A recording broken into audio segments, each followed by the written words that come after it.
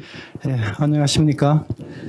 저는 도서관에서 사서 강독을 담당하고 있는 장세우라고 합니다. 이번 시간에는 논어에 대해서 전반적으로 알아보는 시간을 가지도록 하겠습니다. 이 논어라고 하는 책은 우리가 일견 생각하기에는 딱딱한 어떤 유교 경전 사상서 이렇게 생각을 하기 쉬운데 처음부터 끝까지 개통적으로 쫙 살펴보게 되면은 하나의 역사이고 그다음에 전기 같은 것도 있는 공자에 관한 아주 이제 귀중한 자료라고 할 수 있습니다.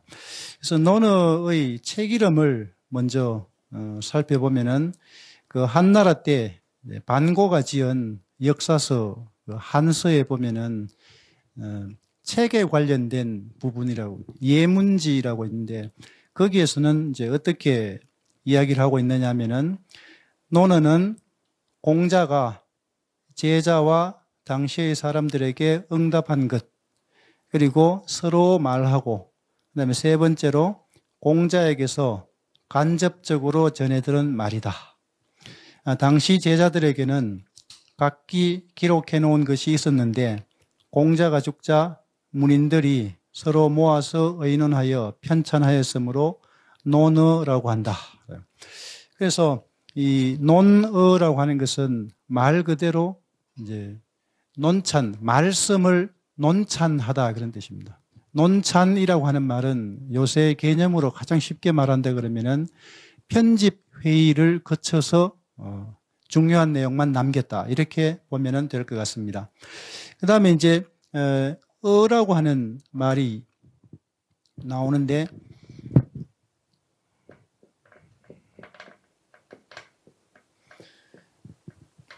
요글자는 이제 말씀 어자입니다.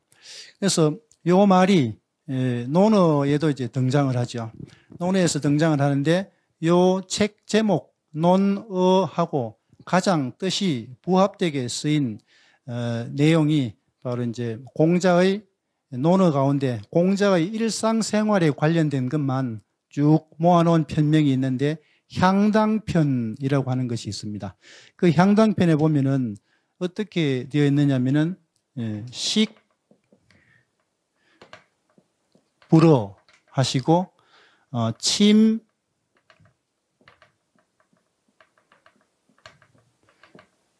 불은하시다 이렇게 되어 있어요. 그래서 우리가 이제 은하고 어하고 이렇게 글자가 다른데 우리는 요새 그냥 일반적으로 언어 그러면은 랭귀지 이렇게 이야기를 하기 쉬운데 옛날에는 이제 한자가 기본적으로 전부 다 하나의 단어였어요. 그래서 여기에 보면 식사를 하실 때는 어를 하지 않으셨고 주무실 때는 언을 하지 않으셨다 이런 뜻입니다. 그래서 여기에 대해서는 이제 주자가 이제 풀이를 했는데 여기에 이제 어자에 대해서 이제 답술이라고 그렇게 이야기를 했어요.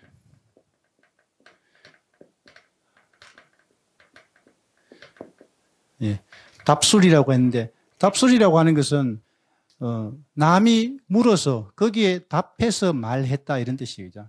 남이 물어서 이야기를 했다라고 하는 것은 이제 대화를 말하는 겁니다. 그래서 이 뜻에 부합하게 이 구절을 해석을 하면은 식사를 하실 때는 옆에 같이 식사를 하는 사람들하고 같이 대화를 그러니까 쓸데없는 대화 같은 걸 하지 않으셨고 주무실 때는 혼잣말이 뭐겠습니까? 바로 잠꼬대죠, 그죠? 주무실 때는 뭐 악몽 같은 걸 꾸거나 하면서 발생하는 이런 잠꼬대 같은 걸 하지 않으셨다라고 이렇게 되어 있습니다. 그래서 책은 이제 어자 풀이는 이렇게 되고 그다음에 이제 논어에 보면은 그 정말로 다양한 사람들이 많이 이제 공자의 말씀을 쭉 기록을 해놓고 있습니다. 그래서 이제 공자의 말씀을 기록하는 장면이 바로 이제 논어에 나오는데 위령공편에 보면은 나옵니다. 이 위령공편에 보면은 이제 자장이라고 하는 사람이 나옵니다. 자장. 이 사람은 이제 이렇게 쓰는데 성이 전손이라 그러고 그다음에 이름은 사라고 합니다. 이 사람이 공자한테 행하여지는 것에 대해서 묻습니다. 그래서 행하여지는 것이 무엇입니까? 그러니까 이제 공자가 뭐라고 대답을 해주죠. 그죠? 말을 할 때는 충성스럽고 신실하게 하고 어쩌고 저쩌고 저쩌고 이야기를 쭉 하니까 이 자장이라고 하는 사람이 이 말을 뭡니까? 너무 중요한 거다 이래 돼가지고 어디 적어야 되는데 마땅한 필기 도구가 없으니까 어디다가 적느냐 하면은 허리띠에다 받아 적어요. 그래서 저,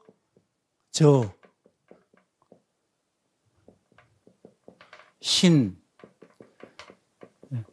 요 글자는 지하고 어자의 뜻입니다. 그래서 허리띠에다가 그것을 받아 적었다 그런 뜻입니다. 그러니까 공자가 말씀을 하실 때 뭐 허리띠에다가도 받아 적을 정도라 그러면은 그 외의 다른 제자들이 얼마나 많은 기록 같은 것을 남겼겠습니까? 그래서 이런 이야기들이 많이 남아 있는데 이런 것들을 아까 말씀드렸던 것처럼 이제 공자의 제자들이 모여가지고 이 말씀은 후세에 기록으로 길이 남겨야 되겠다. 그리고 그 다음에 이거는 중요하지 않으니까 안 남겨도 되겠다. 이런 회의를 거친 끝에 이제 논어를 편찬을 하게 됩니다.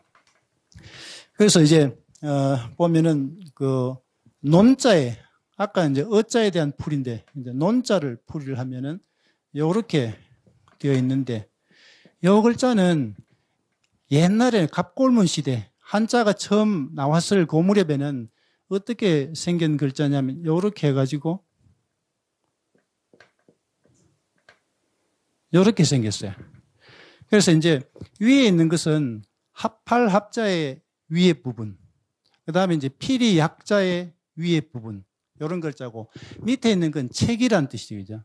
그래서 합한다 하고, 필이 같은 걸 보면, 필이 같은 게 보면은 옛날에 펜 플룻 같은 거는 대나무 관 같은 걸 쭉 모아가지고 한꺼번에 엮는 거잖아요. 그래서 요 글자는 모은다라고 하는 뜻이 있어요. 요 글자 자체가 이렇게 쓰는 한자가 지금도 남아있는데, 모을 집자라고 합니다. 그래서 이것은 이제 논이라고 하는 것은 말은 이제 책을 나타내는데 책을 모아놓았다 이런 뜻이죠. 그래서 이제 공자가 말씀하신 이런 걸 책으로 이제 모아가지고 정리를 해놓은 게 바로 이제 논이라고 하는 그런 뜻입니다.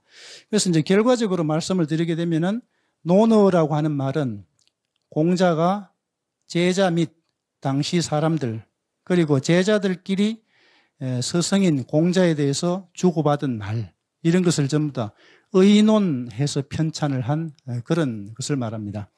그 다음에 이제 논어가 이제 편성된 것하고 어떻게 지금까지 전래되어 왔느냐 하는 여기에 대해서 말씀을 드리겠는데 거기에는 보면 이제 당나라 때 유명한 문인인 유종원이라고 하는 사람이 있는데 그 사람이 이런 글을 지었어요.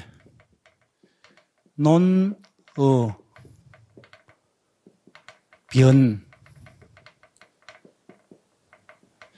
그래서 변이라고 하는 것은 이제 논문이라고 하는 그런 뜻이죠, 그죠? 변자가 잘못되었네. 안쪽이 말씀 원자입니다. 그래서 논어 변이라고 하는데, 요 변이라고 하는 것은 요새로 치면은 논문입니다. 논문. 옛날에는 이제 논문이라고 하는 것을 나타내는 이제 글자가 두 가지가 있어요. 그래서 이제 논하고 변이 있죠, 그죠? 논하고 변이 있는데, 요 논이라고 하는 것은 첫 번째 논문입니다. 그러니까 이제 요새로 치면은 뭐 코로나 같은 게 한참 유행을 하는데 이 코로나의 실체를 제일 먼저 밝힌다고 쓴 논문이 논이라 그러면은 어떤 사람이 딱 보니까 난 그건 아닌 것 같아. 코로나의 실체는 그 사람이 말한 그게 아니고 이거다라고 이렇게 반박하는 내용의 논문을 변이라고 그럽니다. 그래서 이제 앞에 어떤 사람이 논어에 대해서 벌써 이야기를 했겠죠, 그죠? 그러니까 이제 유정원이 여기에 대해서 반박을 하는 그건 아니다라고 이렇게 이야기를 합니다. 거기에 보면은 내용이 조금 길기 때문에 약간 축약을 하면은 이제 어떤 사람이 논어는 이제 정자가 기록을 했다라고 이렇게 이야기를 해요. 정자는 뒤에 이제 공자의 제자 이야기에 나오겠지만 공자보다 46살 어립니다. 그래서 가장 나이가 어린 부류에 속하는 그런 사람인데 논어에 보면 벌써 정자의 죽음이 기록이 되어 있어요. 그래서 뭐 새는 죽을 때 목소리가 곱고 사람은 죽을 때 뭐 구슬프다라고 이런 식으로. 그래서 이제 정자의 죽음이 기록이 되어 있으면 정자가 논어를 기록했다는 건 아니죠, 그죠?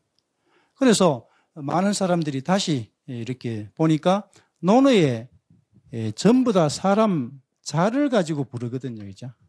그러니까 중유는 자로, 그리고 아까 말했던 전손사는 자장, 그 다음에 단목사는 자공, 이런 식으로 자로 부르는데, 이 정자하고 그 다음에 공자하고 유자라고 하는 사람만 서성이라는 뜻의 호칭인 아들 자자를 붙여서 자라고 부르는 겁니다. 그래서 이걸 딱 가지고 봤을 때는 아마 이 자기의 서성인 정자를 높이는 무리들, 정자의 제자들이 이 논어를 기록을 했을 것이다. 이렇게 본다는 거죠, 그죠? 그러니까 이제 어떤 사람이 그러면은 유자라고 하는 사람, 유약이라고 하는데, 그죠? 유약이라고 하는, 그래서 유 선생님이라고 해서 유자 이렇게 부르는데 이 사람은 왜 자라고 불렀습니까? 라고 반박을 하죠, 그죠? 그러니까 이제 이 유정원이라고 하는 사람이 대답을 하기를 공자가 죽고 난 다음에 공자가 이끌어오던 아카데미 학교가 이제 교장이 없으니까 2대 교장을 뽑아야 된다는 겁니다. 그래서 2대 교장을 선출한 결과 이 유약이라고 하는 사람이 외모가 공자하고 가장 많이 닮았다. 이래가지고 이 사람을 이제 교장으로 뽑아놓은 거죠, 그죠? 나중에 이제 물론 이 정자를 비롯한 제자들에 의해서 쫓겨나게 되는 그런 사람이지만 그래도 이제 정식으로 학장이 되었으니까 이 사람은 선생님으로 불러줘야 된다. 그래서 이제 논어에 보면은 사실 이제 각 편마다 자기 제자들, 계파들에 의해서 이렇게 자기 스승의 은행을 기록한 내용들이 많이 나옵니다. 그런데 보면은 이제 민자근의 제자들이 많이 기록한 부분은 그 편명에서만 그 민자근을 민자라고 민선생님 이런 식으로 부르기도 하는데 일관되게 처음부터 끝까지 전부 다 자라고 부르는 사람은 요 세 사람입니다. 공자하고 그다음에 정자하고 유자인데 공자는 원래 선생님이기 때문에 그렇고 그다음에 유자는 두 번째 선생님이기 때문에 그래요. 그런데 정자 같은 경우는 그 공자학당에 뭐 학장을 지낸 일도 없고 이런데 정자의 제자들이 기록을 했기 때문에 전부 다 자기네 선생님을 높여서 그렇게 부른다는 거죠, 그죠? 그 다음에 이제 공자의 여러 가지 논어에는 여러 가지 판본이 있습니다. 그래서 논어에는 여러 가지 판본이 있는데 이 판본은 크게 두 가지로 이제 나누어집니다. 두 가지로 나누어지는데 하나는 이제 고논어라는 게 있어요. 그 다음에 근문 논어라고 하는 게 있습니다. 그래서 이제 고논어라고 하는 것은 이제 한나라 때 이제 경제라고 하는 임금이 있었는데 그 아들 가운데 노나라의 공왕이라고 하는 노나라에 봉해지는데 나중에 시호를 공을 받기 때문에 노공왕이라고 하는 사람이 있습니다. 이 사람이 그 정원 꾸미기를 굉장히 좋아해가지고 옛날에 공자가 살던 그 집터를 싹 허물어 버리고 거기에다 자기 궁궐을 짓게 됩니다. 그런데 그 공자가 살던 집에서 벽이 굉장히 두꺼웠는데 안쪽이 빈 듯 해가지고 보니까 많은 경서가 쏟아져 나왔거든요, 그죠? 그래서 그때 쏟아져 나온 경서들을 고문경서라고 그렇게 이야기를 합니다. 그래서 이제 노공황 유여라고 하는 사람이 이제 그 공자의 그 7세손인가 누가 남겨놓은 그걸 이제 경서를 했는데 그게 이제 고노너라고 그렇게 이야기를 해요. 고노너. 그 다음에 근문노너로 된 거는 이제 노노너하고 제노너라는 게 있습니다. 노나라의 노자하고 그 다음에 제나라 노너 이래요. 이렇게 붙게 되는 것들은 왜 그런 식으로 붙게 되느냐 하면은 이제 그 중국에는 커다란 문자옥이 몇 번 있었죠, 그죠? 예.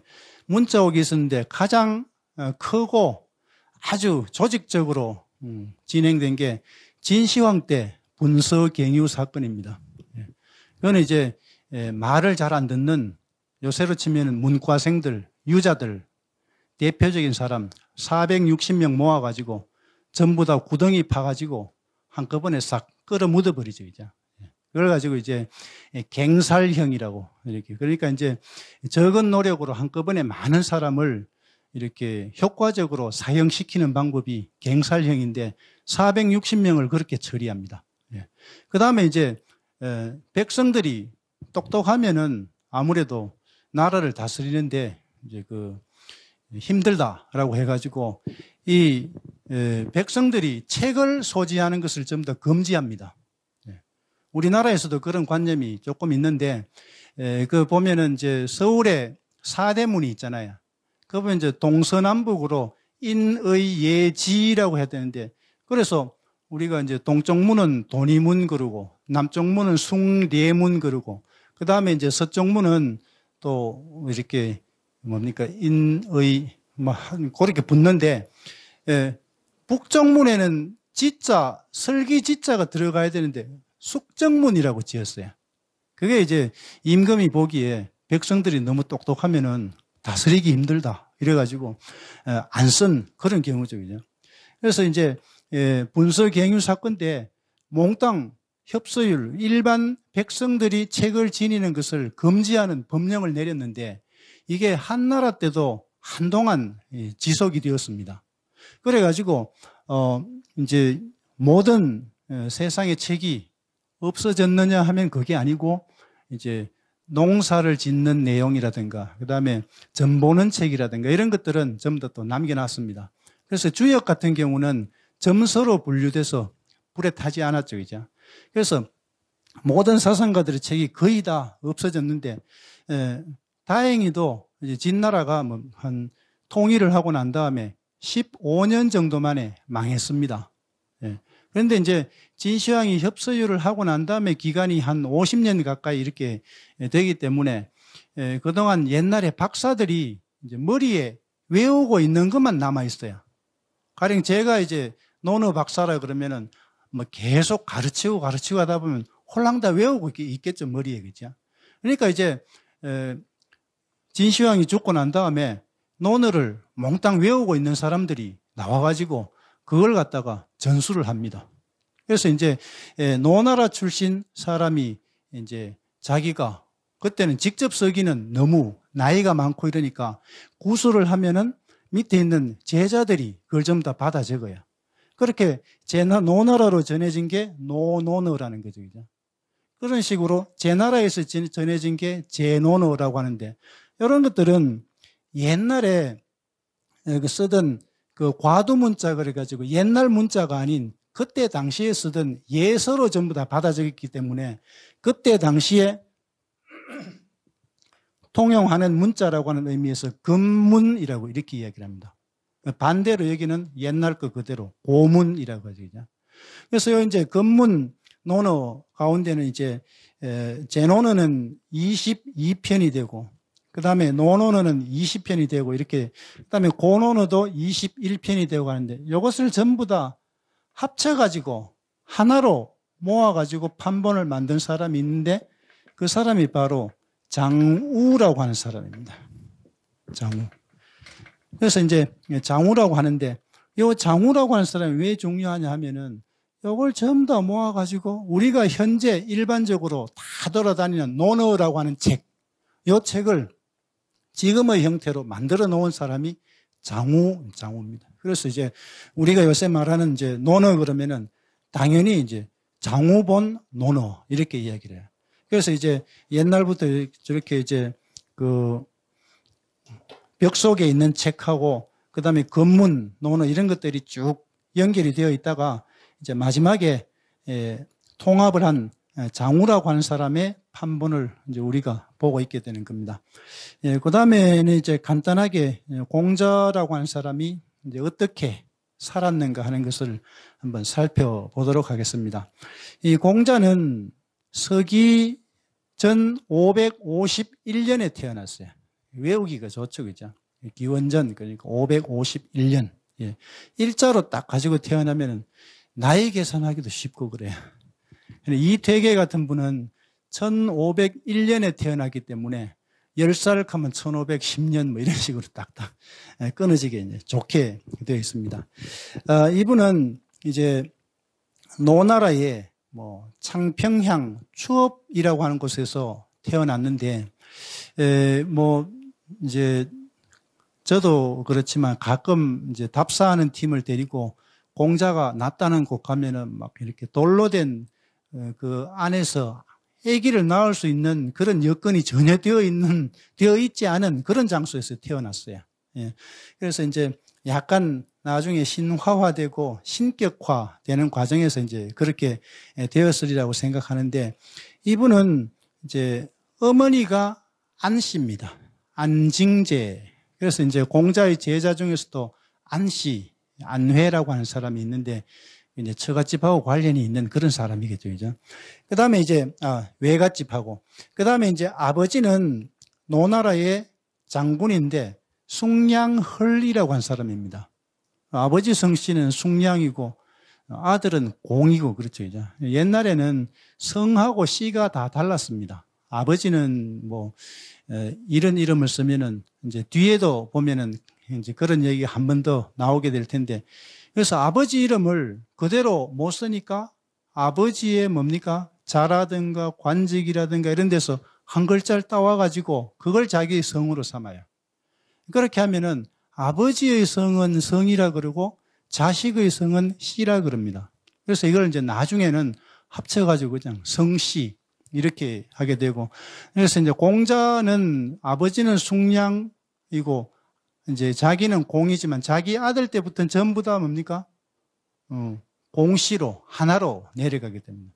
그건 바꾸는 것도 한두 번이지 몇 번 바꾸면 미천 다 떨어지고 고민이 많을 테고 족보 만드는데도 아주 애가 탈 거고 이러니까 그런 경향이 일어났어요. 그런데 이제 공자가 이제 태어나는 때는 이제 그 사기에 보면은 사기 세가의 야합해서 태어났다라고 하는 이야기를 해요. 그래서 안징제하고 숭량헐이 야합 덜판에서 합쳐져서 태어났다 이렇게 되는데 여기에 대해서는 이제 물론 말 자체가 너무 좀 불경스럽고 그다음에 공자를 좀 신격화하기 위해서 그런 것도 있겠지만 이 사기의 주석을 단 당나라 때 사마정이라고 하는 사람이 세건이라고 하는 주석서를 썼는데 거기에 보면은 야합이라고 하는 말은 정도를 벗어난 결합 이렇게 봐요. 그래서 이제 남자하고 여자는 이제 여자가 좀 생장이 빠르잖아요. 그래가지고 여자는 전부 다 7배수를 가지고 이야기를 하는데 7달 만에 이간하고 7살에 이를 갈고 27이 14세에 음도가 열리고 77이 49세에 음도가 닫히고 그러니까 이제 14세부터 아기를 낳을 능력이 있다가 49세가 되면은 이제 아기를 못 낳는 이런 상황이 되고 남자는 8배수로 계산을 합니다. 8달 만에 이간하고 그다음에 28이 16 8살에 이를 갈고 28이 16에 양도가 열리고 88이 64세에 양도가 닫힌다는 거죠. 그래서 이 정도를 벗어났다라고 하는 것은 여자는 가임기가 되기 전에 남자는 뭡니까? 가임기가 끝난 다음에 만난 그런 결합을 말해요. 그러니까 이제 안징제하고 그 숙양허리 공자를 낳았을 무렵에 나이가 엄마는 14살이 안 되었고 숙양허리라고 하는 사람은 64세가 넘은 상태였다라고 이렇게 이야기를 합니다. 그런데 이제 부친도 3세 되던 해에 돌아가시죠, 그죠? 그 다음에 이제 어릴 때는 주로 이제 제기를 벌려놓고 이렇게 놀았다 그래요. 그러니까 요새로 치면은 재미있는 놀이들이 얼마나 많을 텐데 제기를 벌려놓고 이렇게 하는데 거기에 대해서는 이제 여러 가지 설이 있지만 가장 설득력이 있는 설은 엄마가 무녀라서 그렇다라고 하는 설이 가장 설득력이 있어요. 쉽게 말해서 이제 엄마가 전문적으로 남의 집 제사를 지내주는 무녀, 무당이다 이 말이죠. 그죠? 그러니까 집에 가지고 놀 수 있는 게 그거밖에 없다는 겁니다. 그래서 이제 가지고 놀았다 그러는데 이게 이제 후세 사람들은 좋게 포장을 해가지고 어릴 때부터 조상에 대한 숭배 이런 것하고 가장 이제 관련이 있는 제사를 지내는 놀이 이걸 하면 즐겼다. 요새 사람 입장에서 보면은 이해가 잘 안 가죠. 그게 무슨 재미가 있겠느냐, 그죠? 그 다음에는 19세 되던 해에 결혼을 했는데 견관 씨라고 하는 사람하고 결혼을 합니다. 이 견관 씨는 공자가 65세 되던 해에 공자보다 먼저 죽었으니까 결혼 생활이 한 46년 정도 지속이 되는 그런 상태인데 전하는 바에 의하자면은 이 부부 사이가 아주 안 좋았다는 거죠.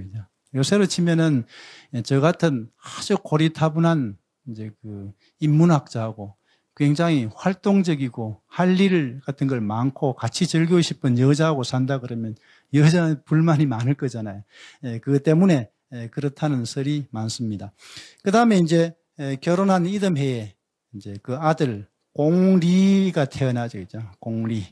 그 다음에 그 해에 바로 이제 노나라의 위리라고 하는 이제 가축 같은 걸 기록하는 것을 이제 담당하는 소리가 됩니다. 그 다음에 이제 24세 되던 해에 어머니마저 돌아가시죠, 그죠? 24세 어머니가 돌아가셨다고 하면은 이제 공자가 숙양을 하고 결혼을 해서 아기를 낳은 시점이 15세라고 한다면은 엄마도 굉장히 일찍 돌아가셨어요. 40도 안 돼서 돌아가셨다. 그런 이야기입니다. 예. 그 다음에는 이제 쭉 지내서 이제 52세 무렵에 노나라의 사구라는 벼슬을 갖게 됩니다.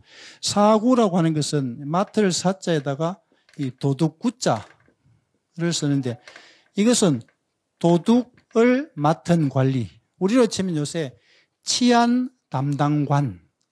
그러니까 이제 대사구, 큰 대자를 붙여서 대사구 그러면은 우리나라에 요새 검찰총장이나 뭐 이제 이런 사람이 해당이 될 텐데 이렇게 됩니다.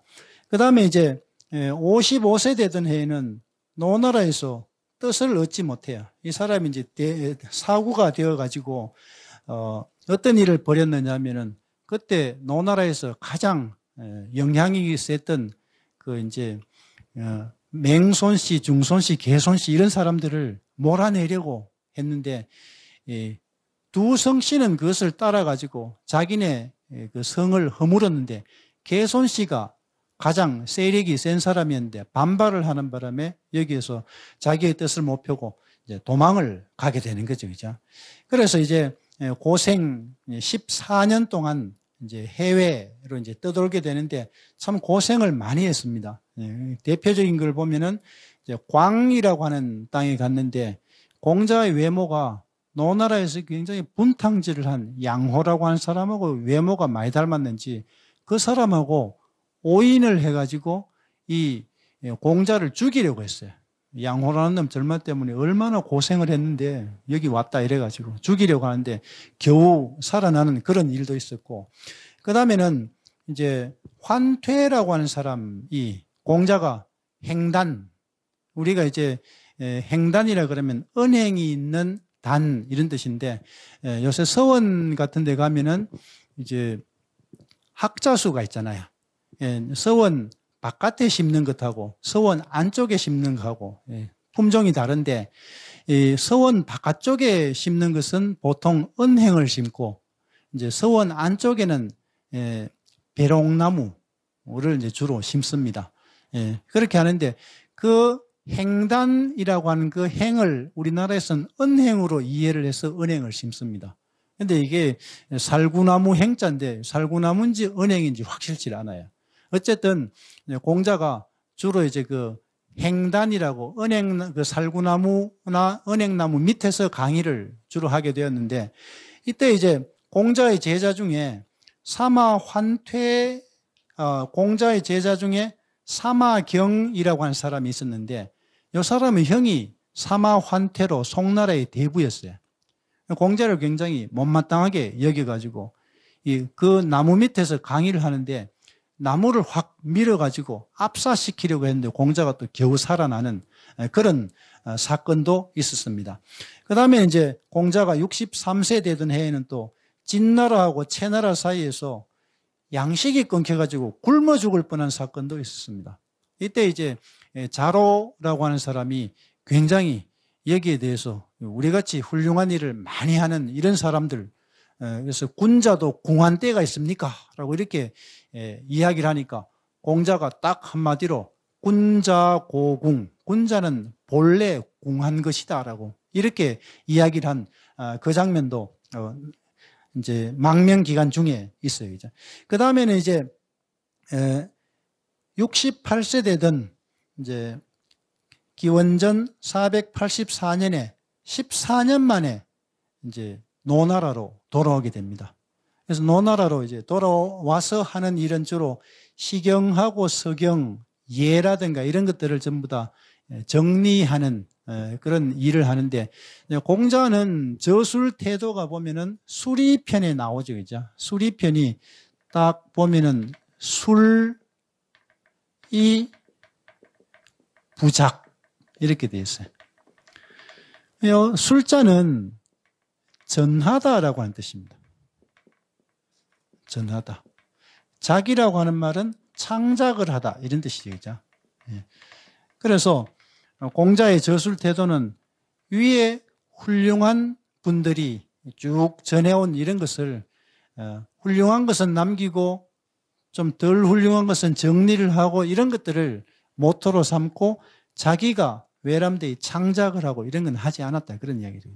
우리가 이제 흔히 공자의 그 직접 창작한 책이라고 알려진 춘추 같은 책도 사실은 이제 노나라의 역사를 춘추라 그럽니다. 그러니까 이제 진나라에는 역사를 오를 성자에서 성이라 그러고 초나라에서는 역사를 도올 이렇게 이야기를 했는데 노나라에서는 역사를 춘추라고 했어요.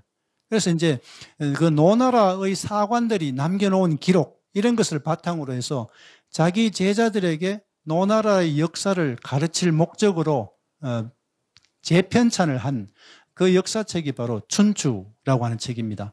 그래서 이런 것들을 보면은 공자는 철저하게 창작보다는 전술하는 것을 기본으로 했다는 것을 알 수가 있어요. 그 다음에 이제 말년에 이제 공자의 그 뭐랄까 불운 같은 게 이제 계속 이어지게 되는데 69세 때는 이제 자기의 아들 공리하고 그다음에 자기 아들보다도 더 좋아했던 수제자인 안회 같은 두 사람이 죽게 됩니다. 그다음에 이제 71세 되던 해에 춘추를 정리를 하기 시작하고 그다음에 72세가 되는 480년에는 또 자기하고 나이 차이가 가장 적은 제자인 자로가 위나라의 내란에 휘말려서 또 죽게 되는 그런 일이 일어나고 그다음에 BC 479년 73세를 일기로 이제 공자가 세상을 떠나게 됩니다. 그다음에 이제 공자의 제자들에 대해서 한번 쭉 살펴보겠는데 공자는 이제 사람을 가르치는데 신분적 제약 이런 것을 두지 않았습니다.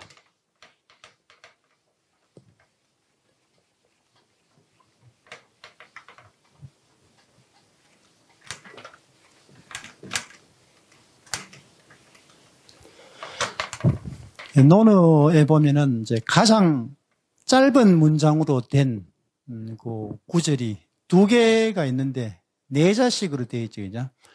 그 중에 하나가 아까 말했던 이제 군자 고궁, 군자 불기라고 하는 내자가 있고, 그 다음에 하나는 유교무류라고 하는 게 있어요.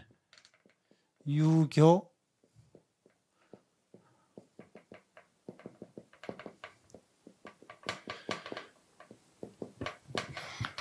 이것은 이제 가르칠 수 있는 기회를 가진 사람이 있으면 그 사람의 부류를 따지지 않는다, 그런 뜻입니다.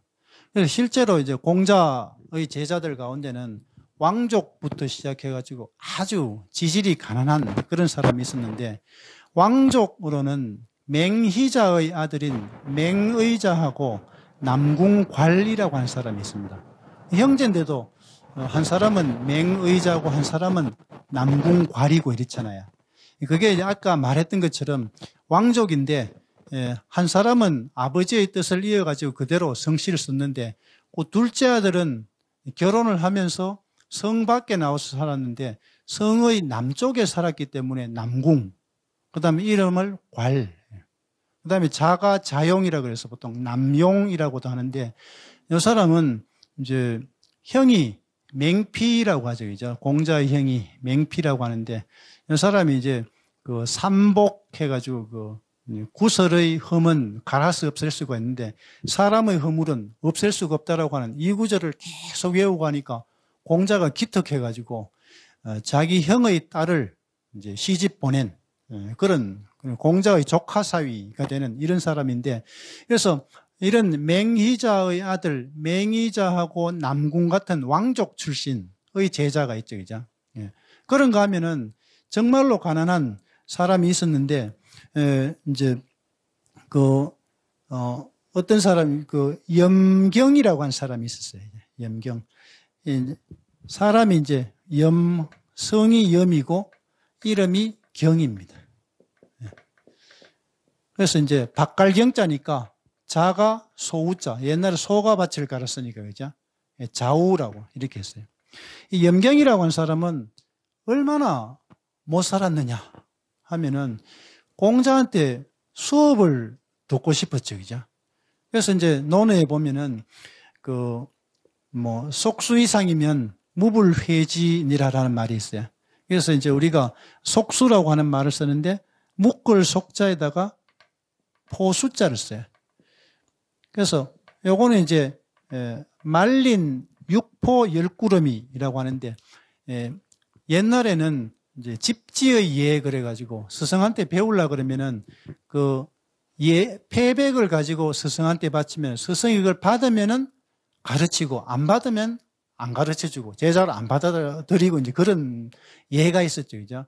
근데 이게 보면은 말린 육포 열구름이 그러면은 그렇게 과하지 않은 그냥 일반 사람이라도 다 구할 수 있는 이 정도의 요새로 치면 학비 정도가 되는데, 염경이라고 하는 사람은 이걸 낼 돈이 없었어요. 그런데도 강의는 너무너무 듣고 싶어가지고 어떻게 들었느냐 하면은 공자가 주로 어디서 강의를 한다 그랬습니까? 나무 밑에서 강의를 한다 그랬죠, 그죠? 그러니까 맨날 나무 위에 기어 올라가 거기서 들었어요. 그러다 한 번은 나무에서 뚝 떨어지는 사건이 있었죠, 그죠? 그래가지고 제자들이 막 부축을 해서 데리고 가는데 저 녀석이 누구냐 물으니까 염경이라고 하는 사람인데 학비를 낼 돈이 없어서 이러쿵저러쿵 돼서 이렇게 되었다라고 하니까, 그러면 지금부터 니는 그냥 와서 들으라. 그러니까 이제 공자의 제자 가운데는 최고 위에 이제 왕족부터 시작해서 염경처럼 학비가 낼 돈이 없는 이런 사람들까지 전부 다 몰려 있었죠, 그죠? 그래서 이제 공자의 제자는 크게 이제 두 가지 부류로 나누는데, 이건 어느 선생이나 마찬가지, 그죠? 전기 제자, 후기 제자 그래요. 전기 제자는 공자하고 나이 차이가 별로 나지 않는, 공자하고 같이 뭡니까? 계속 같이 다니면서 강학을 하고 이런 사람들이고, 그다음에 후기 제자들은 나이 차이가 굉장히 많이 나가지고 공자한테 직접 배울 기간은 상대적으로 굉장히 적은데 이런 사람들이 학파를 형성을 해가지고 공자의 학문을 후세로 전하게 되는 이런 역할을 하는 사람들이 후기 제자들입니다. 그래서 전기 제자 가운데 나이가 가장 많은 사람은 바로 누구냐 하면은 자로죠. 그죠? 자로. 예. 이 사람은 이름이 중유입니다. 예. 유라고 하는 것은 경유하다 이런 뜻이죠. 경유하는 게 어디로 경유를 합니까? 길로 경유를 하잖아요. 그러니까 이름하고 자하고 길로 경유를 하고 그래서 이제 쓰는데 이 사람은 공자하고 9살 차이가 났어요. 근데 이 사람은 공자하고는 취향이 전혀 반대인 인물입니다. 무인적 기질이 있었죠. 그죠? 그래가지고 이 사람은 복장도 보면은 항상 뭡니까? 머리에는 수탉의 깃 이런 것을 탁 꼽았는데 수탉의 깃 이런 걸 꼽고 다녔다라고 하는 건 뭡니까? 자기가 호전적이고 굉장히 씩씩하고 용감하다 이런 걸 나타내는 거고 그 다음에 허리띠는 다른 사람들은 전부 다 넓적한 헝겊으로 된 이런 허리띠를 했는데 이 사람은 멧돼지를 잡아가지고 그 가죽으로 해가지고 자기의 무용 이런 걸 드러냈죠. 그죠? 예. 그래서 이 사람은 나중에 이제 그 앞에서 잠깐 언급했었던 것처럼 위나라의 난리 때 죽게 돼요. 예. 위나라도 이제 영공이 죽고 난 다음에 굉장히 복잡했죠. 그죠? 아들이 영공의 부인인 남자를 비판하다가 쫓겨나게 돼가지고 그 위령공의 손자인 사람이 먼저 왕위에 오르게 되는데 그 사람이 출공이라고 합니다. 그런데 나중에 이 쫓겨난 출공의 아버지가 돌아와가지고 자기 아들을 쫓아내고 왕위에 오르는데 그 과정에서 이 자로가 희생되는 그런 인물입니다. 그런데 이 자로라고 하는 사람은 이제 공자로 치면 가장 친한 친구이기도 하고 엄격한 비판자이기도 합니다. 이런 것들이 어디에 나오느냐 하면은 그 공산불교라든가 필힐 같은 사람들이 반란을 일으키려고 하는데 자기네 지지 세력 이런 것을 얻기 위해서 공자를 부릅니다. 그런데 공자가 거기에 응해서 가려고 했어요. 그런데 다른 사람들은 아무도 안 말리는데 자로가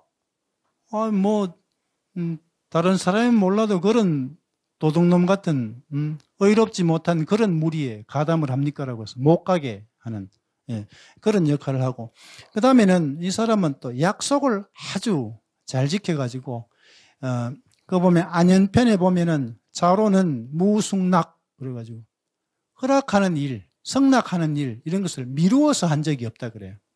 그 다음에 이웃나라에서 자기 나라 땅을 가지고 와가지고 이렇게 항복을 하려고 하는데 다른 사람은 다 필요 없고 자로 한 사람의 보증만 필요하다라고 했을 정도로 이 자로가 약속을 아주 잘 지키는 그런 사람이었습니다. 그 다음에 이제 결점을 말해주면 굉장히 기뻐했어요. 예. 이제 맹자의 공손추편에 나오는데 사람들이 그의 결점을 말해주면 기뻐했다라고 하고 그 다음에는 이 사람은 용맹해가지고 맨날 꾸지람을 들어요. 그러니까 이제 요새 이제 알아듣기 쉬운 말로 한다 그러면 좀 나대는 편이었다 이 말이죠. 그죠? 그래가지고 이 공자가 평가를 하는데도 이 사람은 겸인이라고 해요. 겸. 요거는 이제 아우를 겸자인데 남들 두 사람 몫을 했다라고 하는 그런 뜻이죠. 그죠? 그 정도로 되고. 그 다음에는 공자하고 이제 애정 관계가 굉장히 뛰어났는데 공자가 이 사람을 맨날 괴롭히죠. 그죠? 그래가 남들이 왜 그렇게 자로한테 그렇게 모질게 굽니까? 라고 하니까 공자가 하는 말이 애지, 사랑을 한다면은 물능로호, 수고로 비지 않을 수 있겠느냐라고. 그러니까 우리도 보면은 뭡니까? 장래가 촉망되는 자녀한테 기대를 더 많이 하고 걔를 더 많이 쪼우고 일찌감치 포기한 자식은 떡이나 하나 더 주고 그냥 이렇게 하잖아요. 그런 것처럼 이 자로라고 하는 사람은 이렇게 공자가 기대를 가지고 많이 이제 괴롭혔던 그런 인물이라고 할 수가 있습니다. 그 다음에 두 번째로 이제 염구라고 하는 사람이 있어요. 염유라고 하는데, 이 사람은 이름이 이제 염구라고 해요. 염구. 원래 자는 전부 다 기본적으로 요 글자가 들어가기 때문에 자유죠, 그죠? 그런데 성씨 염자유에서 자자는 다 들어가니까 자자는 빼고 염유 이렇게 부릅니다. 여기다 보면은 구하면은 있게 되고 있으면 구한 거니까 이름이 유고 자는 구고 이렇죠, 그죠? 이 사람은 이제 전기 제자 가운데 자로하고는 아주 상반된 성격, 아주 정반대, 대척 관계에 있는 이런 사람이라고 보면 됩니다. 그래서 공자가 뭐라고 평가를 하느냐 하면은 이제 자로하고 염유하고 둘이 이런 일이 있었죠, 그죠? 내가 옳다고 생각되는 일이 있으면 행해도 됩니까? 라고 하는 이런 질문을 두 사람이 똑같이 공자한테 했어요. 그러니까 자로가 그렇게 이야기를 하니까 공자가 벌컥 화를 내면서 집에 부형이 있는데 네 멋대로 하면 되냐? 안 된다. 그런데 염유가 똑같은 질문을 했어요. 내가 옳다고 하는 일이 있으면 그대로 행해도 됩니까? 아, 그래야지 이래 됐어요. 다른 제자들이 너무나 황당하잖아요. 그래가지고 같은 질문을 했는데 대답이 다릅니까? 라고 하니까 그거는 자로는 워낙 나대는 성격의 인물이라서 내가 약간 그 사람을 억눌렀고 염유라고 하는 놈은 너무나 소극적이라서 내가 좀 진취적으로 부추겼다. 라고 이렇게 이야기를 하죠. 그죠? 그런 인물입니다. 이 사람은 이제 정열이 부족해요. 그래가지고 공자가 맨날 이 염유만 보면은 다른 사람들은 말이야 전부 다 무슨 일이든 해보고 어느 벽에 막히면은 그 순간에 가서 딱 그만두게 되는데 너는 아예 금을 딱 꺼버린다는 거지. 여회계라고 해서 그림 화자인데 금을 껐다라고 할 때는 획자라고 쓰는 글자가 있어요.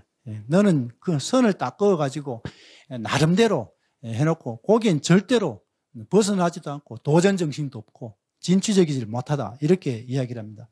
그런데 이 사람은 기회에 편성해서 이로운 길이 있으면 아주 약삭빠르게 빨리 이렇게 취하는 경향이 있는데 이 사람이 이제 개손씨의 세금을 거두어주는 관리가 되었을 때 주공보다도 더 부유하게 만들어준 걸로 유명해요.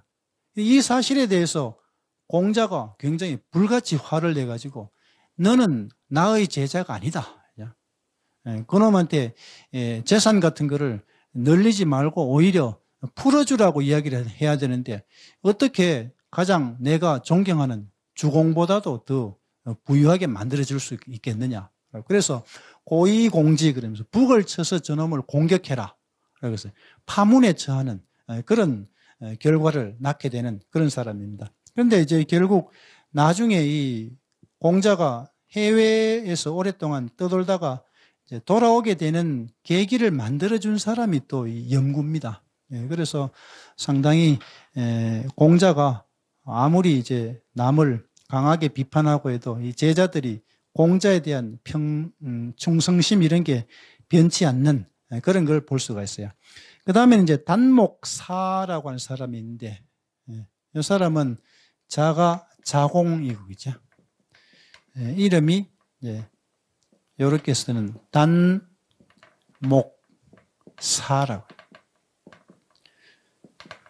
이건 줄사자고 요거는 이제 이바지할 공자인데 공물 같은 게 내리고 하는 거니까 역시 자하고 이름하고 상관 관계가 있습니다. 이 사람은 이제 중용의 덕을 갖춘 이런 건데 말솜씨가 너무너무 뺀질뺀질하고 좋아가지고 이 사람이 공자가 싫어하게 됐어요. 그래서 이 사람 이제 사기에 보면은 중리 제자열전이 나오는데 거기 보면은 70명의 제자를 다루고 있어요.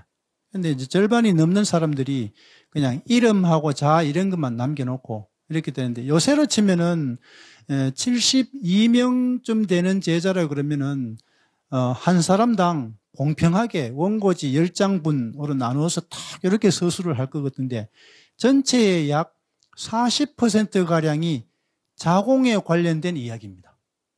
그때 이제 국제적으로 굉장히 어려운 처지에 있었는데, 자공이라고 하는 사람이 딱 나가가지고 여기 소진하고 장이가 종횡수를 펼쳤던 것처럼 이런 식으로 이야기를 해서 외교적인 문제를 전부 다 없애버리는 이런 걸 사기에서 싣고 있어요.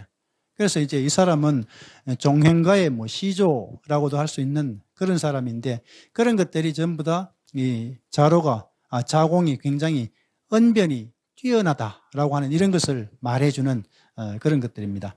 그 다음에 이제 이 사람은 이제 출신 성분이 사농공상 가운데 이제 옛날에 이제 네 가지, 이제 사하고 농,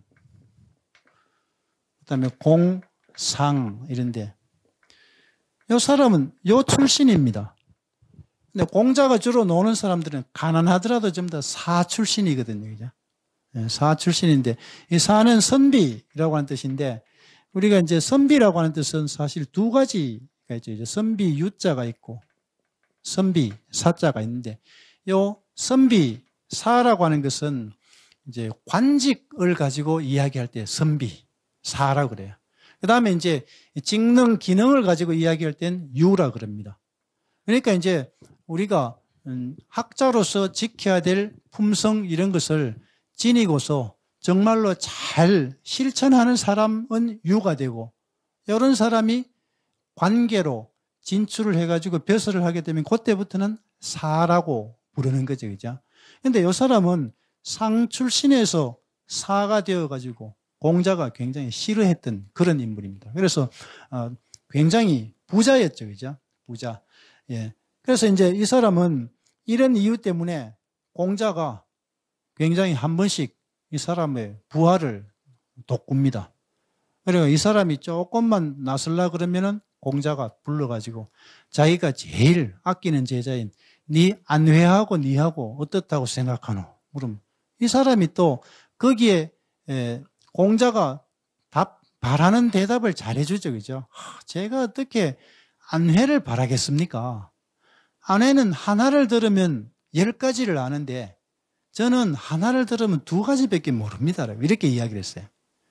굉장히 겸손하다라고도 할 수 있지만, 이것은 이제 약간 더 깊이 들어가 보면은 내가 문일지십하는 안회의 자리는 넘볼 수가 없지만 그 외에 나머지 제자들 가운데는 하나를 들으면 둘만 아는 사람도 없다. 내가 공자 문화에서는 2인자다라고 하는 것을 확실하게 천명을 하는 그런 말로 이제 이해가 되는 그런 말이고, 그 다음에 이제 경제적으로 성공을 했는데, 선진편에 보면은 화식언, 재산을 불리는데 억척 누중, 그러니까 이제 자기의 짐작이 여러 번 들어맞았다. 요새로 치면은 뭡니까? 생각지도 못하게 이제 코로나 사태 이런 것 때문에 이제 우리가 의약품 이런 쪽에 미리 투자를 해놨는데 자기는 그런 일이 있으리라고 생각을 안 했는데 막 진단 키트 이런 걸 팔아가지고 주식값이 100배로 뛰고 갑자기 부자가 되고, 이런 행동을 자공이 굉장히 많이 해가지고 공자가 14년 동안 해외에 떠다닐 때 비용을 거의 다 대다시피 한 스폰서 역할을 한 그런 사람입니다. 그 다음에 이제 공자에 대한 충성심이 불변했는데, 이 외부의 어떤 사람이 자공한테 이런 이야기를 합니다. 내가 보건대는 당신 스승 공자보다 훨씬 낫다, 이렇게 이야기를 했어요. 그러니까 이 자공이 아니다. 우리가 나는 지식이 일천하기 때문에 집으로 비유를 한다 그러면 우리 집의 담장은 겨우 어깨 높이밖에 안 된다. 그래가 누구나 이렇게 들여다볼 수 있기 때문에 집도 좋고 저 집도 좋고 이렇게 다 할 수가 있지만, 우리 스승인 공선생님은 이 지붕 담장이 여러 길대가 이 안에 절대로 들여다볼 수가 없어가지고 그 안에 뭐가 들었는지 짐작조차 못하는 분이다. 이렇게 딱 대답을 해주는 거죠, 그죠?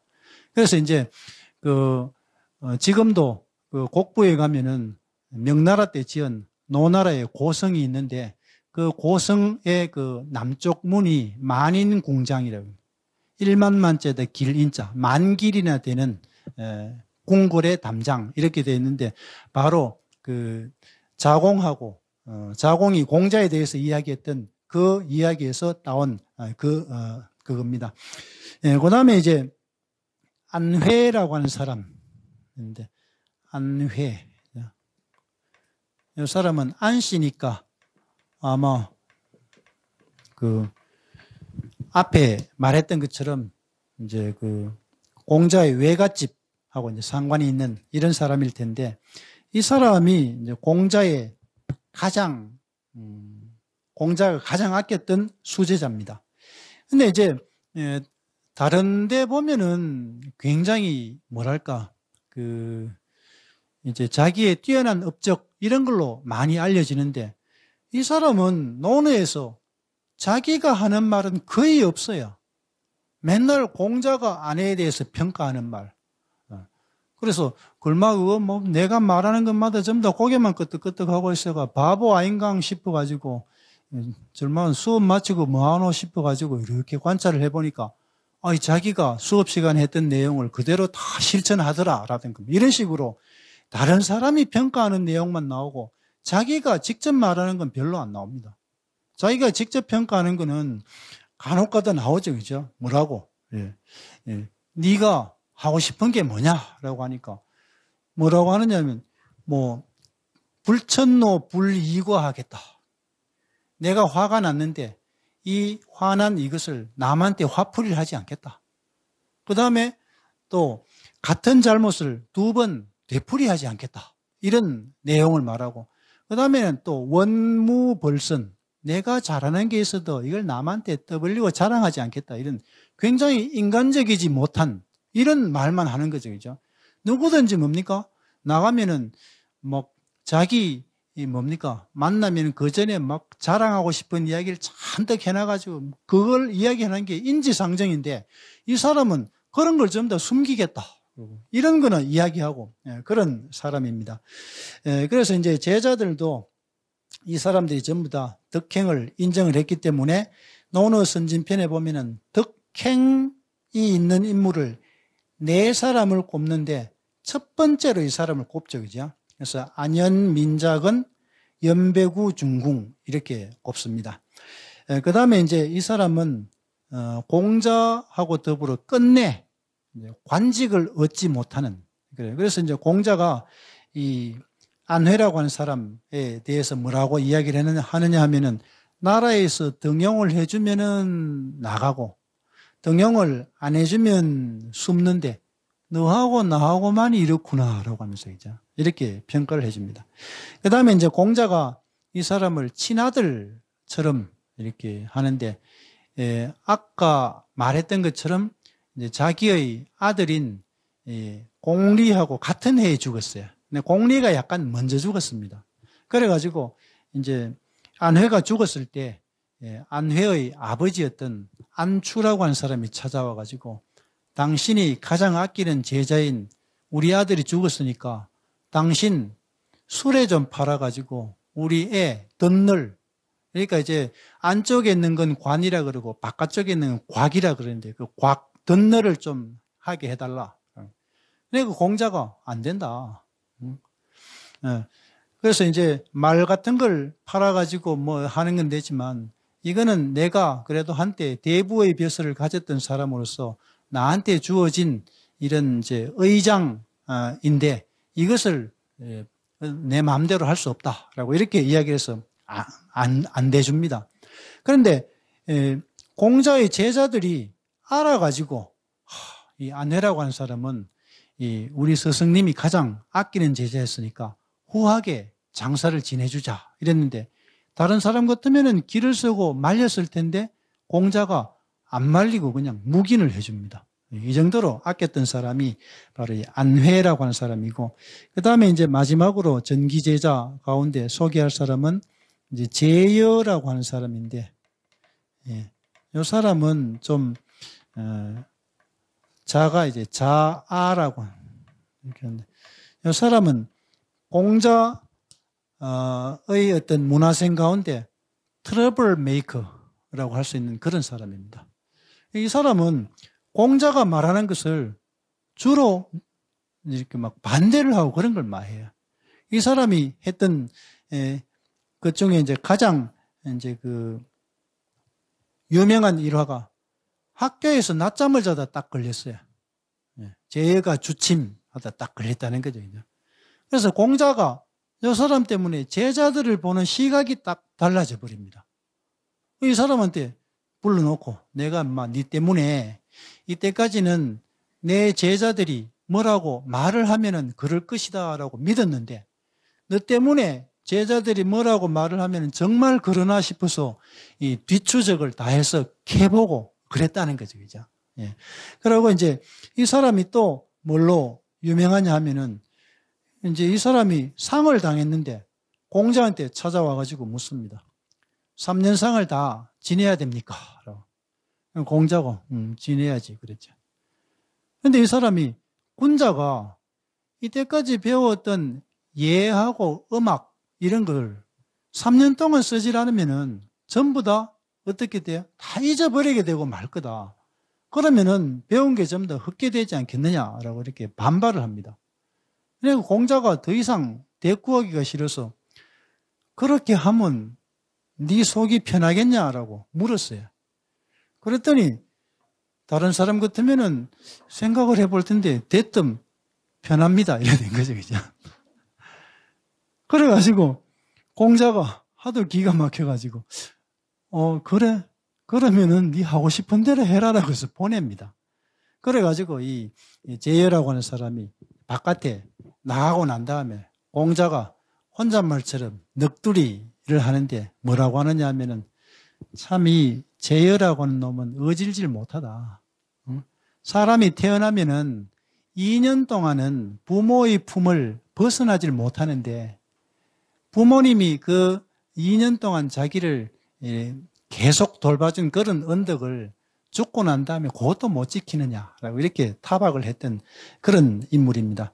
그런데도 불구하고 이 사람은 이제 가장 아꼈던 인물인 안회보다 더 출세를 하게 되죠. 그죠? 그래가지고 이 사람이 이제 그 애공하는 사람이 이 사람한테 그 사당에 쓰는 나무 이런 데 대해서 묻게 되는데 뭐 밤나무를 쓰게 된다. 밤나무는 두려울 율자하고 같기 때문에 두려워한다는 뜻이 담겨 있다라고 하는데 공자가 그놈이 잘못된 지식을 가지고 함부로 말하는구나라고 탄식을 했다라고 하는 그런 이야기가 있습니다.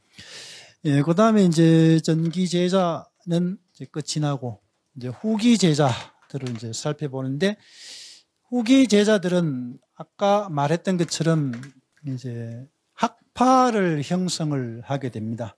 그래서 이제 어떤 사람이든지 이제 자기가 아무리 잘나도 자기 대해서 끝이 나면은 안 되죠. 그죠? 근데 이제 자기가 별로 못났다라고 하더라도 그 제자들이 자기 스승의 뜻 이런 걸 잘 받아가지고 이렇게 계속적으로 그 학파가 이어지게 하면은 그게 가장 좋은 건데 우리나라로 치면은 퇴계의 제자들 같은 경우죠. 전기제자 같은 경우에는 주로 향리에서 만났던 사람들, 월천 조목이라든가, 그죠? 그다음에 금계 황줄량이라든가 이런 사람들 위주로 되어 있었다라고 하면 후기 제자들은 먼 데서부터 찾아옵니다. 그래가지고 배워가지고 스승의 학문을 계속 하는데 한강정구라든가, 그다음에 이제 뭐 이런 사람들이 거기에 해당이 되는데. 그래서 이제 이 사람도 후기 제자들인데 제일 앞에 소개할 사람은 이제 은이라고 하죠. 그죠? 은. 여기 이렇게 써요. 은이라고 하는데 이 사람은 이제 자가 자유라고 합니다. 이 사람은 유일하게 공자 제자 가운데는 남방 사람입니다. 오나라 지역 이쪽 출신인데 이 사람은 이제 의례 쪽에 관심이 굉장히 많아요. 그래서 이제 문학에 굉장히 뛰어났기 때문에 이제 공자의 제자 가운데 십철 그래가지고 사과 십철 그래가지고 이제 덕행 언어 정사 이런 것들 쭉 가운데 이 사람은 문학에 속한 사람인데 자유하고 자아가 바로 이제 문학에 뛰어난 그런 인물로 꼽힙니다. 근데 이 사람은 이제 공자의 그 교육을 대중화시키는데 가장 큰 역할을 했어요. 그래가지고 이제 이 사람이 공자한테 배운 이런 것을 이제 직접 적용을 하기 위해서 자기가 무성이라고 하는 고을에 현령이 되었는데 거기에 가서 이제 사람들을 가르치는데 공자한테 배운 것처럼 직접 음악하고 예 이런 걸 가지고 백성들을 가르쳤어요. 그런데 이제 공자가 무성을 지나가다가 여기에 자유가 현령으로 있는 데라 가직하면서 한번 들어가 보자 이렇게 됐죠, 그죠? 그래 들어갔는데 보니까는 제자들도 아니고 백성들을 예하고 음악으로 가르치고 하니까 공자가 이 녀석 봐라. 그래가지고 농담을 한 게 닭 잡는데 뭔 소칼을 다 쓰느냐라고 이렇게 이야기를 했어요. 그러니까 이제 학문의 도구는 큰 소칼이고 가르치는 대상은 하찮은 닭이다 이 말이죠, 그죠? 그러니까 자유라고 하는 사람이 여기에 대해서 발끈해가지고 제가 옛날에 선생님한테 들었는데요. 이 군자들은 도를 배우면은 남들을 사랑한다 그러고 소인들은 도를 배우면은 뭐 부리기가 쉽다라고 선생님이 그렇게 말씀 안 하셨습니까? 라고 하니까 공자가 그만 막 무안해져 가지고 야야 방금 했던 말 취소한다. 내 농담했다. 라고 하면서 그냥 넘어갔던 그런 사람입니다. 그 다음에 이제 두 번째 꼽을 사람은 이제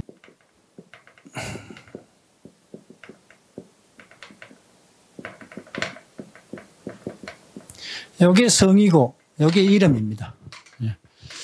이렇게 성이 두 글자로 된 것을 가지고 보통 이제 복성이라고 그러는데 우리나라에도 뭐 제갈씨, 독고씨, 황보씨 이런 사람들이 있죠, 그죠? 앞에 나왔던 단목사 같은 것도 단목이 성이고 그렇습니다. 이 사람은 굉장히 정력적인 사람인데 전기제자의 이 사람하고 비슷한 사람을 대라 그러면 자로 같은 사람이 있어요. 이 사람도 이제 겸인 두 사람 몫을 하는 그런 사람이죠, 그죠? 그래서 이 사람은 공자가 뭐 가르치면은 막바로 필기를 하는 그런 습관이 있었는데 앞에 말했던 것처럼 행하는 게 뭡니까? 라고 물으니까 뭐 충신하고 뭐하고 이야기하니까 막 허리띠에다 막 받아 적을 정도로 굉장히 적극적인 그런 인물이었고 그 다음에 이제 관직을 추구하고 명성을 추구했어요. 그래가지고 학간록 그래가지고 복록을 구하는 방법을 배우고 그 다음에 이제 알려진다는 이런 데 대해서 이야기를 하고 그렇게 했고 그 다음에는 이 사람은 뭐 요새로 말하자면 좀 근본주의자에 가까운 미지근한 이런 걸 별로 안 좋아했어요. 그래가지고 뭐라 그러면은 자기의 목숨을 내놓을 견위치명 위태로움을 보면은 내 목숨을 바치겠다라고 하는 이런 태도를 가졌던 그런 사람입니다. 그 다음에는 이제 복상이라고 하는 사람이 있는데 이 사람은 자하로 알려졌죠, 그죠? 이 사람은 전기제자로 치면은 바로 염구에 해당하는 그런 인물인데 자공이 이 두 사람에 대해서 묻습니다. 이 두 사람이 굉장히 장래가 촉망되는 후배들인데 사하고 상하고 누가 더 낫습니까? 라고 공자한테 물어요. 그러니까 공자가 사라고 하는 사람은 좀 과하다. 상이라고 하는 놈은 좀 미치질 못한다. 이렇게 딱 이야기를 합니다.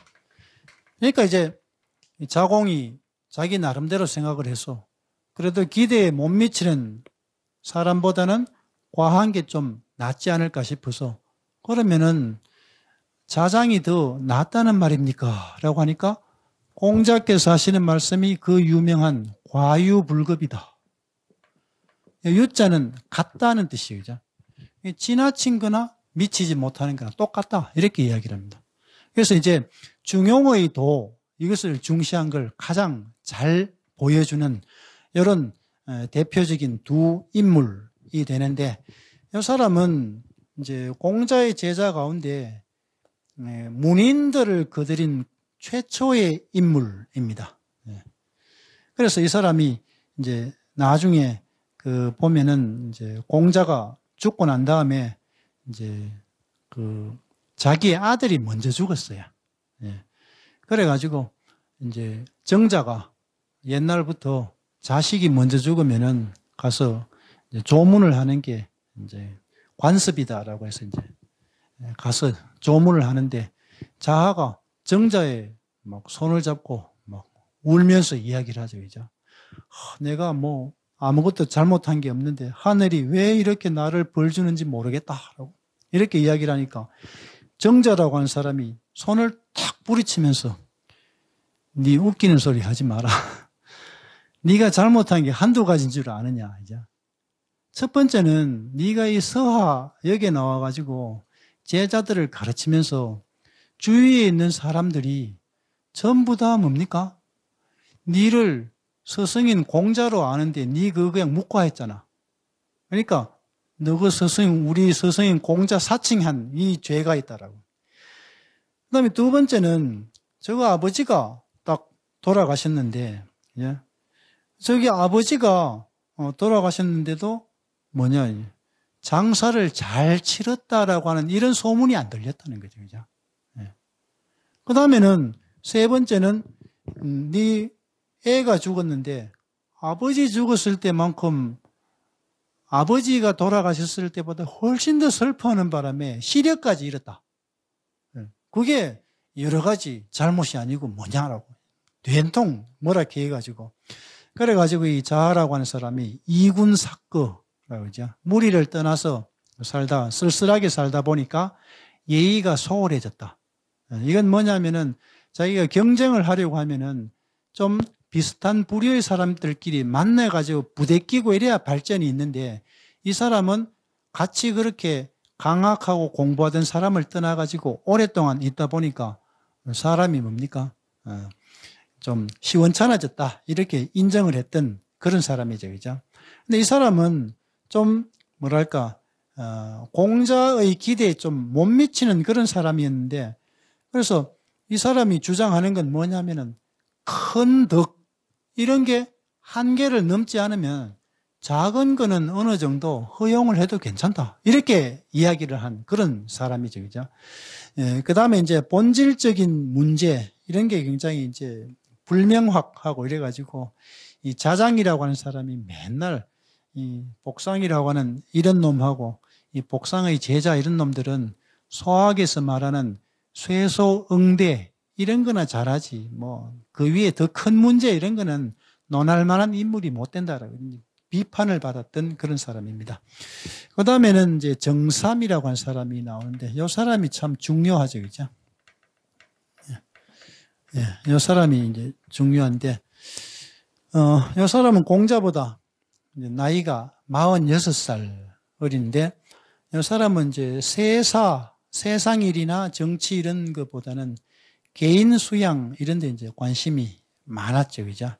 그래서 이제 죽었을 때까지도 굉장히 그런 걸 이제 조심을 하게 되는데, 죽을 때의 일화가 유명합니다.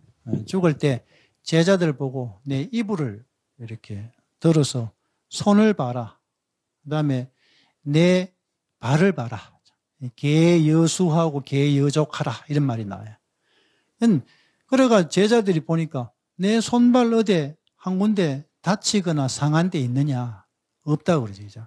그래서 내가 이제 부모님한테 받은 이 몸을 죽을 때까지 하나도 안 상하게 잘 간직한 채로 죽게 돼서 큰 짐을 벗었다. 죽을 때까지 이런 가르침 이런 걸 몸소 실행했던 그런 사람이고, 그 다음에 이제 이 사람이 이제 그 역책이라고 하는 말로 유명하죠, 그죠? 역책. 이거는 이제 얘기에 나오는데, 이 사람이 죽으려고 침상에 탁 누워 있었어요. 그래가지고 아들이 2명이 정신하고 뭐 2명이 있고, 그 다음에 이제 악정자춘 같은 이런 제자들이 그 이제 스승님이 돌아가시면서 마지막 유언을 뭘로 할까 싶어서 탁 기다리고 있는데, 한쪽 구석에서 그 방을 밝히기 위해서 촛불을 들고 있던 동자가 엉뚱한 소리를 합니다.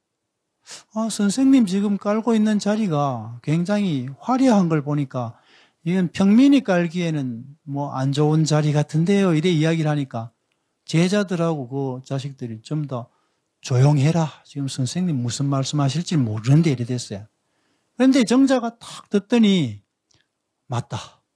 내가 옛날에 개손 씨가 준 이 자리를 안 쓰고 있었는데 우리 애들이 아마 죽기 전에 이 밑에 깔아놓고 그랬는데 내가 이 깔아놓은 것도 모르고 누워있는 모양이다.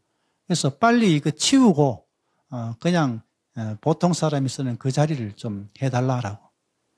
그래 이제 자식들이 내일 아침에 하지요라고 하니까 당장 바꿔라 이래 됐죠. 그죠? 그래가지고 정말로 당장 바꾸었는데 바꾸고 나니까 탁 돌아가셨다 이 말이죠. 그죠? 그래서 자리를 바꾸자마자 돌아가셨기 때문에 옛날에 성인 이런 사람이 죽은 것을 역책이라고 하는 이 말이 이제 이 사람에게 나오게 된 그런 경우입니다. 그 다음에 이제 이 사람이 이제 공자가 효의 도리에 잘 통한다라고 해가지고 효경을 지어라라고 했다 그래요. 그런데 이제 효경을 지은 이것은 사기 중리 제자 열전에 나오는데 그게 지금 우리가 13경에 있는 그 효경의 모습은 아닐 것이다라고 하는 게 일반적인 견해입니다. 그렇긴 하지만 이제 이 사람은 이제 대학에 보면은 이제 경 1장은 공자가 하신 말씀이고 전 10장이 정자의 저술로 인정이 되고 그다음에 효경을 짓는데 관여하고 이 사람 제자들의 힘을 통해서지만 논어의 성립에 큰 영향을 주고 이래가지고 3가지의 그 육아경전에 이제 관여를 한 이런 인물로 그래서 이제 정자가 공자의 제자 가운데 높이 받들어지는 이유가 그 공자의 학통을 잇는데 가장 큰 역할을 했기 때문에 그래요. 그 다음에 이제 제일 마지막으로 이제 유약이라고 한 사람. 아까 유자라고 부르는 이 사람인데 이 사람은 능력은 공자만큼 안 되는데 외모가 공자를 아주 쏙 빼닮았기 때문에 불행한 그런 사람이죠. 그래서 제자들이 전부 다 똑똑한 제자들일 텐데 똑똑한 제자들이면은 가장 똑똑한 사람을 스승으로 세워야 되는데 그런 사람들도 전부 다 공자를 너무나 흠모한 나머지 외모가 가장 많이 닮은 사람한테 표를 줘가지고 이 사람이 2대 학장이 되었는데 이 사람이 공자만큼 능력이 없어서 쫓겨나죠. 그죠? 예, 그래서 이제 뭐 공자가 언제 우산을 가지고 가라 그랬는데 맑은 하늘에 우산을 가지고 가니까 몇 시에 정말로 비가 오더라. 근데 당신은 왜 그렇게 못했느냐 하고 뭐 이런 거 가지고 하니까 대답을 못하고 우물쭈물하니까 정자가 유자는 피지하라. 유자는 그 자리에서 물러나라 라고 해서 이제 중도에 쫓겨난 그런 인물입니다. 그래서 이제 쭉 살펴본 이런 그 중에 이제 보면은 이 제자들 가운데 이제 공자가 이렇게 있고 그 다음에 이제 양옆으로 이제 4명이 더 있죠, 그죠? 그래서 이쪽은 안자가 제일 높은 자리. 그 다음에는 2번째 높은 자리가 여기죠, 그죠?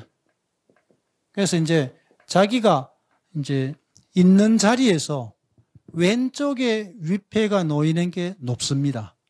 그래서 우리나라에서도 이제 도산서원에는 이제 퇴계의 왼쪽에 한 자리밖에 위패가 없기 때문에 문제가 없는데 호계서원이라고 하는데 보면은 공자의 위패가 있는데 2사람을 모셨어요.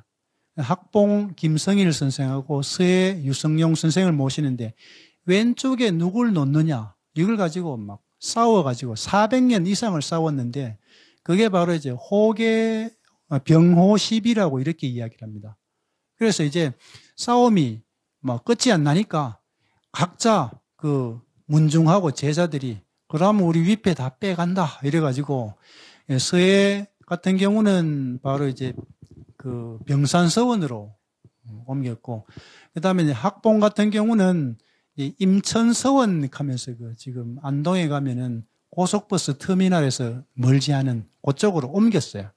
이렇게 되니까 서원이 있는데 옆에 배양하는 인물이 있어야 주향이 높아지는데 그러면 퇴계 집안에서 쓸쓸해져 가지고 퇴계 집안에서 오히려 막 이렇게 뭐랄까 절충안을 제시를 해가지고 지금 새로 짓는데 서해를 왼쪽에 놓는 걸로 그렇게 이제 결론을 내렸다 그래요.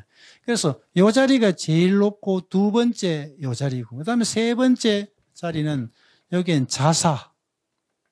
자사는 공자의 손자죠, 그죠? 그다음에 여기에는 맹자를 놓는데 그래서 공자의 모든 사당, 우리나라에도 공자 사당이 굉장히 많은데 기본적으로 향교에 가면은 다 대성전에 설치가 되어 있어요. 그래서 거기에도 보면 전부 다 공자를 여겨놓고 안자의 위패, 정자의 위패, 그 다음에 자사의 위패, 맹자의 위패 이렇게 놓는 건 세계 어디 가도 똑같습니다. 요 다섯 사람을 가지고 우리가 이제 오성이라고 그렇게 이야기합니다. 오성. 다섯 성인이라고 그러죠. 근데 이제, 공자의 사당 중에서 가장 높은 사당이 바로 곡부에 있는 공묘죠.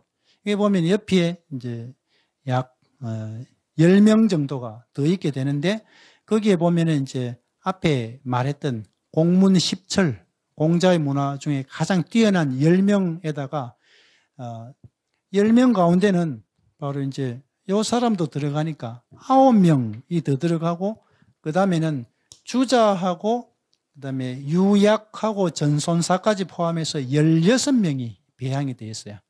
그 다음에 이제 바깥에 나가면 또 동무서무거래가 양쪽에 또 74명씩 또 148명의 인물이 되어 있고 대구를 예로 든다 그러면 대구의 향교에도 이렇게 되어 있습니다. 근데 요 옆으로는 또 10명씩 더 모셨는데 중국 사람으로는 이제 주자하고 이제 정자 요 사람이 있고 그다음에 이제 그 대표적인 인물이 우리나라의 문묘에 배향된 5명 있잖아요. 퇴계 이황하고 그다음에 이제 정암 조광조하고 한원당 김경필 일두제 정여창 그다음에 회제 이연적 이런 사람을 포함해서 10명 해가지고 이제 25명 대구 향교에는 25명이 되어 있는데 중간에 있는 요 5명은 항상 똑같이 그렇게 됩니다. 그 다음에 이제 마지막으로 그럼 이제 공자의 가장 중심되는 사상을 가지고 이제 알아보면은 공자의 중심 그러니까 이제 모든 사상 이런 것들이 보면은 전부 다 한 글자로 이제 요약을 할 수 있죠, 그죠? 그러니까 이제 불교 같은 경우는 막 줄이고 해가지고 하나의 불교 경전으로 줄인 게 반야심경입니다. 반야심경. 반야심경도 길다 이래 돼가지고 5글자로 줄였는데 그게 일체유심조라는 거죠. 그죠? 5자에서 한 글자로 줄이면 뭐겠어요? 마음심자, 심입니다. 심. 불교는 가장 핵심적인 게 심입니다. 심. 그 다음에 이제 기독교, 그러니까 천주교 같은 데는 사랑이 제일 가는 계명, 줄이고. 그래서 그 사랑 실천을 잘 해야 되는데 그렇지 못한 경향도 좀 있고 이기적인 사랑으로 흐르고 이런 경우가 많은데 그럼 이제 육아에서 가장 핵심적인 건 뭐냐면 인입니다. 인.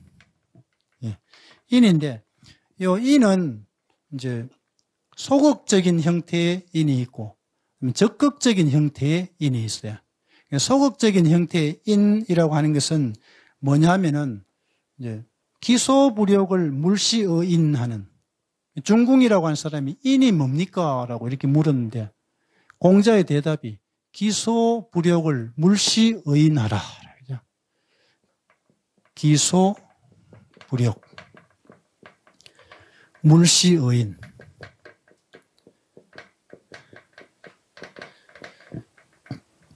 그러니까 내가 하고 싶지 않은 것을 남에게 미루지 말라라고 해요.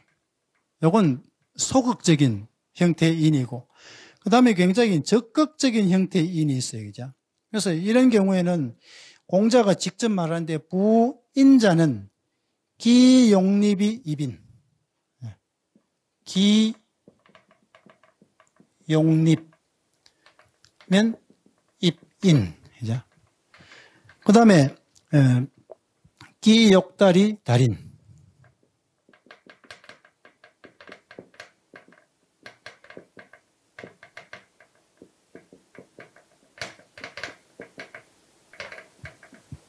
예, 이렇게 되는데, 그래서 이제 요거는 뭐냐면은 내가 서고 싶으면 남을 세워주라 이 말이죠. 내가 통달하고 싶으면 남을 통달시켜주라. 그래가지고 서예 하시는 분들이나 이런 분들 보면은 자기가 국전의 대상을 받는 것보다 자기 제자가 국전의 대상을 받으면은 더 높이 평가받고 이런 경우 있잖아요.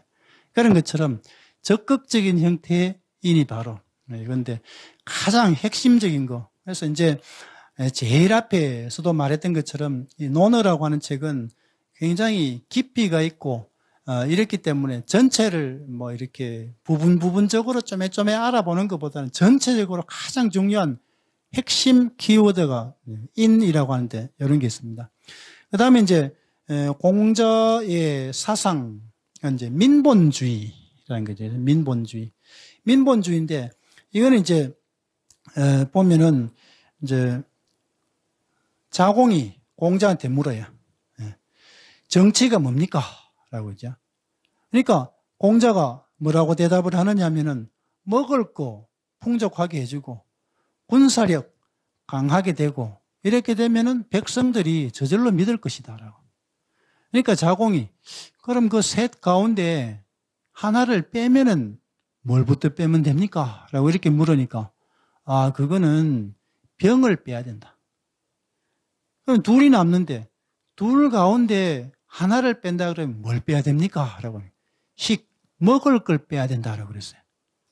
그래서 백성을 잃으면은 모든 걸 다 잃는다 이런 말이죠. 그죠? 그래서 요새 이제 뭐 코로나 때문에도 그렇지만 이 와중에 미국하고 중국하고 이제 패권 경쟁 이런 게 막 붙고 그 사이에서 우리나라도 이제 새우등 안 터지게 하기 위해서 군사력을 굉장히 옛날보다 공격적으로 키우고 있는 이런 실정인데 이 공자의 가르침, 공자의 나라인 중국에서 군사력 증강에 가장 열을 올리고 그 다음에 공자가 제일 먼저 빼야 된다라고 하는 이쪽에 굉장히 열성적으로 지금 경쟁을 하는 이런 것을 보니까 이제 각 나라의 지도자들 그러니까 이제 시진핑은 중국어를 잘 할 테니까 너는 그냥 읽어보면 될 거고 그 다음에 이제 트럼프라든가 그 다음에 이제 러시아 푸틴 대통령이나 뭐 이런 사람들도 논어를 꼭 읽어보면 좋을 것 같은데 그래서 참 안타깝게 생각이 되는 그래요.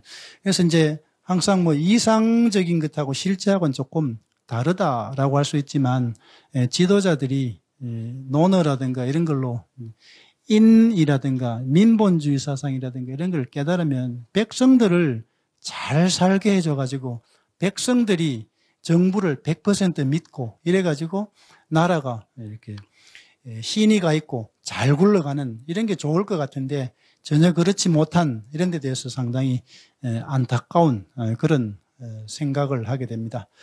지금 한 90분 정도 이제 논어하고 이제 공자 이제 시대적인 상황하고 모든 것을 쭉 살펴보았는데 나중에 다시 논어 쪽으로 강습을 하게 되거나 하면은 관심을 가지고 들어주길 바라고 오늘 강의는 여기서 마치도록 하겠습니다. 감사합니다.